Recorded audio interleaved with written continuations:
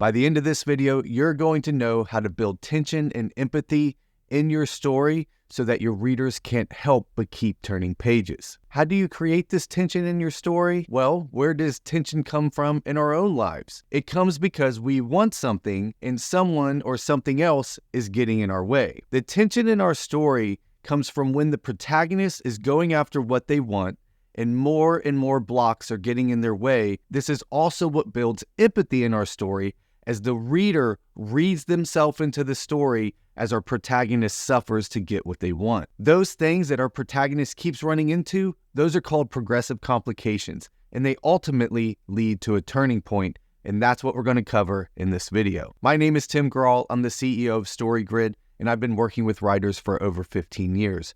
My partner, Sean Coyne, is the creator and founder of StoryGrid, and he's a writer and editor with over 30 years of experience. This is a continuation of my series on the 5 commandments of storytelling. The first commandment is the inciting incident, and I did a whole video on that, and it's linked down in the description. But just as a reminder, the inciting incident is a ball of chaos that spins into the story and knocks the protagonist's life out of balance. It is the thing that puts the events of the story into motion. The inciting incident is what solidifies our protagonist's want. This is the thing they are going to be pursuing for the rest of the story. So if the inciting incident was a negative thing like a cancer diagnosis or a threat of nuclear war, your protagonist is going to try to get back to the way things were at the beginning of the story. They want to get life back to normal before this bad thing came along. However, if your inciting incident is seen as a good thing by the protagonist, maybe a job offer or a new love interest, that's what they're going to be pursuing for the rest of the story.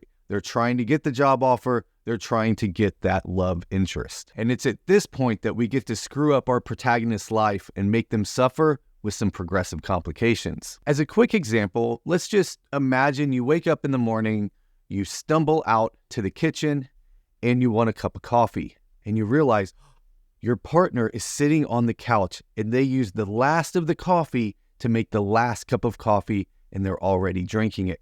What are you going to do? So maybe you go to the pantry and you scrounge through hoping you can find like an old bag of beans or something. Nothing's there. And then you think, maybe my partner will split their coffee with me. So you go and ask him and he says no. So that's another progressive complication. And on and on and on. Anything that gets in the way of your protagonist getting their want is a progressive complication. So with that in mind, let's look at the 4 rules for your progressive complications. Rule number 1, the stakes must escalate. As a protagonist pursues their want, the difficulties have to keep escalating.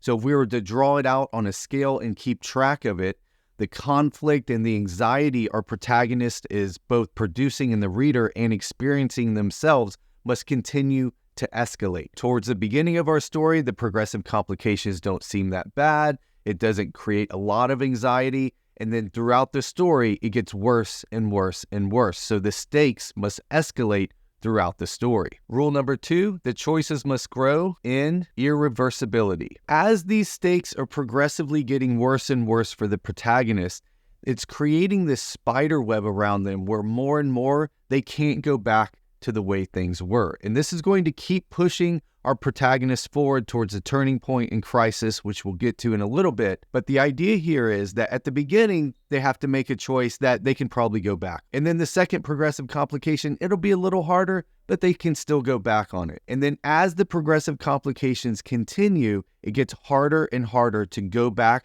to the way things were before. Rule number 3, the complications must connect back to the inciting incident. So we can't just have random progressive complications. The progressive complications have to make sense in context of each other and context with the inciting incident. The main way to just make sure this isn't a problem in your story is that they should all be tied to the want that came from the inciting incident. So as long as they are constantly pursuing the want that arose out of the inciting incident, all of your progressive complications should make sense because they're constantly pursuing that singular want. Rule number 4 of progressive complications is they must exhaust the existing tactics and resources of the protagonist. The progressive complications should push your protagonist to a point where they do everything they know to do, everything they've ever done before, and it still doesn't work. We don't want to see the protagonist just do what they've always done to get what they want. we need to push them beyond that point.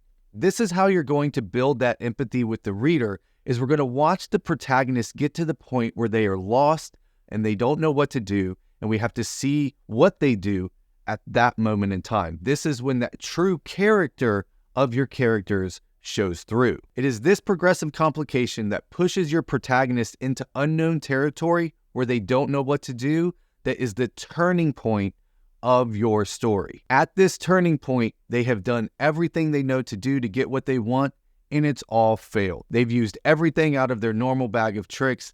They've gone to the end of what they know to do, and it still hasn't worked. And this is the turning point of your story. Now, there are two different kinds of turning points. There's an active turning point and a revelatory turning point. An active turning point is when a character or characters does something that causes the turning point to happen. A revelatory turning point is when your protagonist comes into knowledge that they didn't have before. So one is an active thing by a character, the other is knowledge coming into play that your protagonist didn't know. Okay, so we've looked at a bunch of different rules of progressive complications. We've looked at what a turning point is. Let's actually solidify this by looking at a couple of examples. We're going to start with Crazy Rich Asians. The inciting incident of Crazy Rich Asians is when Nick invites his girlfriend Rachel, who's the protagonist of the story, to come with him to Singapore to go to a wedding.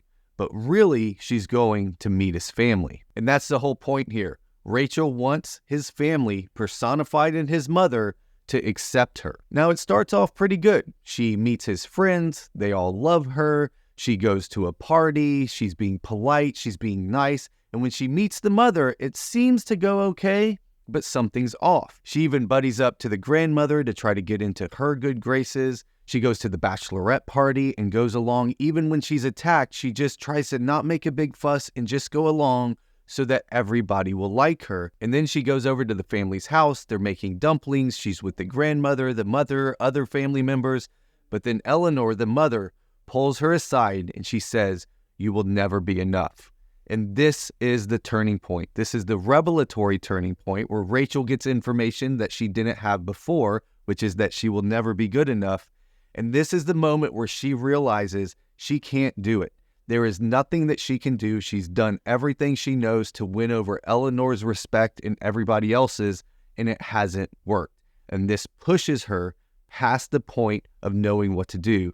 And that's the turning point of the story. Now, let's take a look at The Martian. The inciting incident is when Mark Watney gets stranded on Mars. There's a big storm. His fellow astronauts thinks he's dead. And so they leave, and they leave him stranded on Mars. Now, the first progressive complication is he wakes up and he's got like this metal thing sticking out of his gut, and he's got to get that out and staple it closed and make sure he doesn't die. From there, he's got to figure out how to get more food, so he learns how to plant potatoes and start growing potato plants. And then he figures out how to communicate with Earth so they can actually help him. And he kind of settles in of, I'm just going to hang out here for a couple years until they can come back and get me. And then the turning point progressive complication happens. As he's going in and out of the habitat, it breaches, it blows this big hole in the habitat, and it kills all of his potato plants. And so there's no way that he can grow enough food to survive until they can come back and get him. And this is the point where Mark Watney, a super smart scientist guy, has figured out every problem up until this point, but this is a problem he can't solve all by himself. He's stuck. This pushes him into territory he's never been before, and he doesn't know what to do. These are the progressive complications. It's where your protagonist is pursuing what they want. Things get in the way, they solve them. Things get in the way, they solve them. They keep trying the next thing until they reach a point, the turning point progressive complication, where everything they've tried up till that point has failed and they don't know what to do next. Now, keep in mind, the turning point is just another progressive complication. There's a series of progressive complications in your story. The turning point is the one that pushes them beyond what they know what to do next. The turning point is also when your protagonist realizes there's no going back to the way things were before. This idea that they're going to go back and everything's just going to be fine, that's out the door. That's not going to happen. The other thing they realize is that they may never actually get what they want. And if they do get what they want, they're going to have to suffer and give up way more than they ever thought in order to get it. And the last thing about the turning point progressive complication is it leads to the crisis, which is the next video in my series on the 5 commandments of storytelling. Make sure you check the description. All the links to the videos I've done will be down there. If they're not done yet, I'll put that in the notes as well and continue to update it as I release videos. But to make sure you get all the future videos, subscribe to the channel, like this video, hit that bell so you get notified every time I come out with a new video on our channel. Also, make sure you visit storygrid.com. Sign up for our email newsletter. There's lots of other resources there. That's how you find out everything that's going to happen in the StoryGrid universe. As always, thanks for being a writer. Thanks for being a part of our community here at StoryGrid, and I'll see you next time. Okay, I got to do one more example of progressive complications. If you want a masterclass in progressive complications, watch any of the Mission Impossible movies starting with Mission Impossible 4, Ghost Protocol. Even if you're writing love stories or worldview stories or literary novels, if you take the time to study these movies, you're going to learn so much about how to take a bad situation and keep making it worse and worse and worse. So I want to go over just one example of one scene from Mission Impossible Ghost Protocol. It's the 4th Mission Impossible movie. In this scene, Ethan Hunt and his crew of 3 are in the Burj Khalifa, that huge hotel in Dubai that's a half a mile up in the air. Their goal is to hijack a meeting to buy nuclear launch codes. They have a plan that is already kind of nuts, and then first, they can't hack into the server, so they can't control what they need to control, and so they realize that Ethan Hunt has to climb up the outside of this building, a half a mile in the air, to get to the server room. So they give him these sticky gloves, they cut out the window, he starts climbing up, and then one of the gloves dies. So now he has to make the rest of the climb with just one of his gloves. And then, while he's cutting his way into the server room, he falls. And so he has to climb back up using just one of the gloves.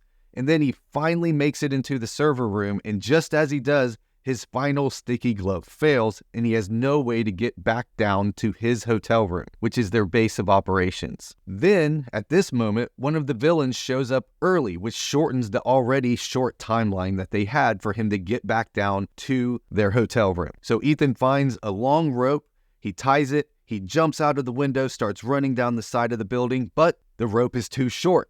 And so he has to run and jump out and then cut the rope, and he slams into the building. His teammates barely catch him and drag him back into the room. And all of that happens in just 8 minutes of the movie. So again, just go back, watch any of the Mission Impossible movies starting with number 4, Ghost Protocol, and just watch how they do progressive complications. This is how they make the movie so exciting and so tense and keep you glued to the TV wondering what's happening next. Okay, that's it. I'm going to stop here.